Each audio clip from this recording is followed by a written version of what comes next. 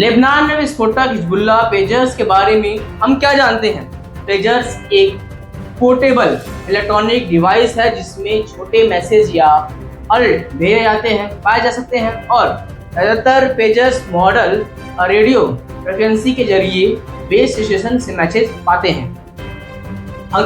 Hungary के एक अधिकारी ने गुरुवार को CBS न्यूज़ को बताया है कि बुल्गारिया स्थित एक कंपनी ने ताइवान से पैसेंजर खरीदे थे जिन्हें अंततः हिजबुल्लाह को भेज दिया गया था तथा इसके बाद इस सप्ताह के शुरू लेबनान में ईरान स्मर्थ आतंकवादी समूह के हजारों सदस्यों के हाथों, जेबों और बैगों में ये पड़ गया।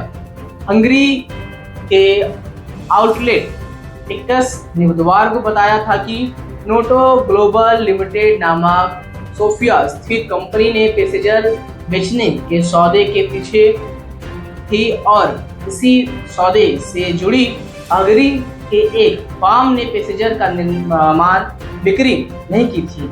हंगरी के एक अधिकारी ने BBC न्यूज को बताया कि यह रिपोर्ट सही थी। विस्फोटक पैसेंजर के उद्यम के बारे में नई जानकारी ताइवान की कंपनी गोल्ड अपोलो द्वारा यह कहा जाने के बाद एक दिन बाद आई।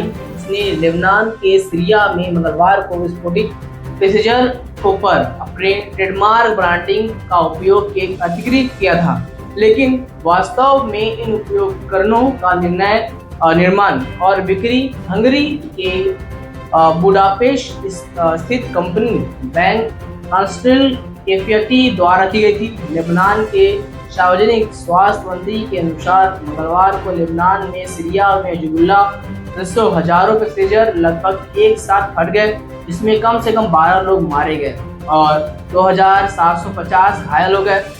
गोल्ड अपोलो ने अपनी वेबसाइट पर पोस्ट किए गए एक बयान में कहा है कि हम देसी और निर्देश श्रेष्ठ क्षेत्र में उत्पादन बिक्री के लिए हमारा ब्रांड ट्रेडमार्क का उपयोग करने के लिए अधिकृत करते हैं, लेकिन उत्पाद का डिजाइन और निर्माण पूरी तरीके से BSC की जिम्मेदारी है।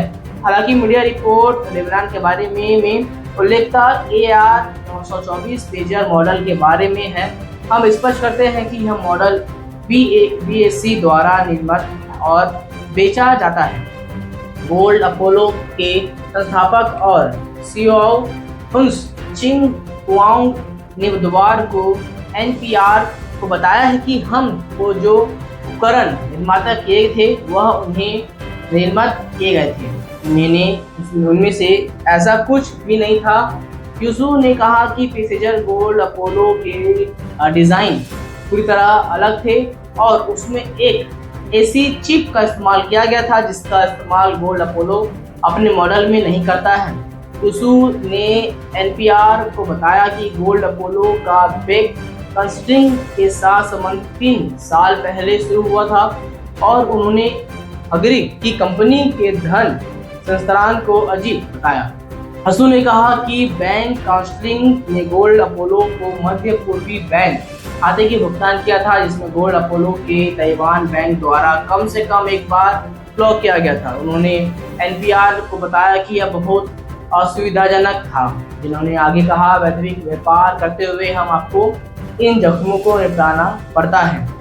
तो ये पूरा मुद्दा बना हुआ है जिसमें पैसेंजर जो डिवाइस होता है, जो इलेक्ट्रॉनिक डिवाइस होता है, जिससे फ़ोन कॉल, टेक्स्ट मैसेज जैसे छोटे मोटे सुविधा उसमें होती हैं, जिससे जो प्राइवेट एक कम्युनिकेशन हो सकता है, जो लोकल जगह के FM टावर से ही, रेडियो टावर से ही उसको कंट्रोल किया जा सकता है। उसी नेटवर्क को इस्तेमाल करके वो टेक्स्ट मैसेज शेयर करता है। ऐसा कहा जा रहा है कि जो हिजबुल्लाह के आतंकवादी थे वो इसका इस्तेमाल इसलिए कर रहे थे ताकि अपना जो आतंकवादी गतिविधि है उसको एक सीमित दायरे तक और सेफ रख सके, जिससे और जो ये जो वारदात था वो बाहर दुनिया में फैले ना और वो सीक्रेट कम्युनिकेशन कर पाए। तो ऐसे में ही जब 17 से 18 लोगों की मौत हो जाती है पैसेंजर फटने के कारण, उसमें ऐसा क्या डिवाइस लगाया गया था जो फट गया और इतना फटा कि जिससे वो लोगों की मौत ही हो गई। क्या उसकी बैटरी, क्योंकि उसकी बैटरी भी जो रहती है वो एक बार चार्ज करने के बाद कम से कम 4 से 5 दिन चल जाती है और वो डिवाइस इतनी पावरफुल होती है कि वो धूप ठंडी में भी सर्वाइव कर पाती है और वो बहुत स्ट्रांग भी होती है। तो क्या इस कारण उसकी बैटरी फट गई या फिर क्या किया गया था, क्योंकि भारत के लोग उसको अब पिछले 20 साल से भूल चुके हैं। उसके पहले ही वो पैसेंजर इंडिया में था, भारत में था, और आज वो जो ताइवान और इज़राइल को उसकी क्यों जरूरत आन पड़ी और इतने बड़े ऑर्डर क्यों दिया गया वहाँ के कंपनी को पैसेंजर बनाने के लिए, इस्तेमाल क्यों किया जा रहा था, ये सब मुद्दा बना हुआ है। और देखते रहेंगे इंस्टीट्यूट भारत, हम इस मुद्दे को नजर बनाए हुए हैं इस मुद्दे पे, और देखते रहेंगे इंस्टीट्यूट भारत, इसकी खबर आपको मिलती रहेगी। धन्यवाद दोस्तों।